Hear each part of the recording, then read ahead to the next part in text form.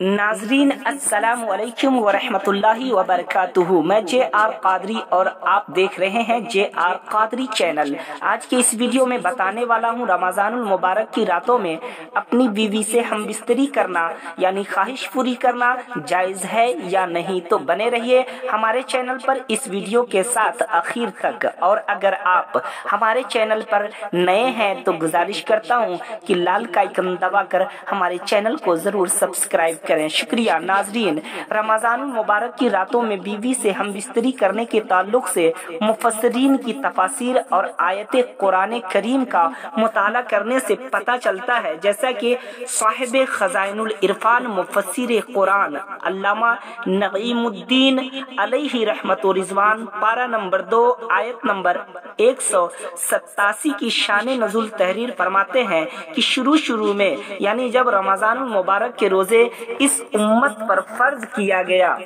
उस जमाने में कुछ सालों तक के रोजा का वक्त बाद नमाज इशा शुरू हो जाता था, यानी इफ्तार के बाद खाना पीना और मजामियत यानी अपनी बीवी से हम बिस्तरी करना इशा की नमाज तक ही हलाल था।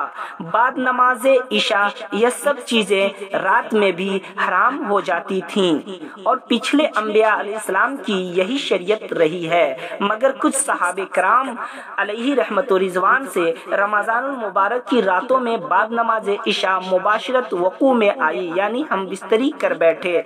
इनमें हजरत उमर रज़ी अल्लाह ताला अन्हो भी थे। इस पर वह हजरात शर्मिंदा हुए और बारगाह रसूल में अपना अपना हाल बयान किया, तो अल्लाह सुब्हानहु व ताला ने उन सबों को माफ फरमाया और यह आयत करीमा नाजिल फरमाई। उहिल्ल लकुम लैलतस्सियामिर रफ़थु इला निसाइकुम।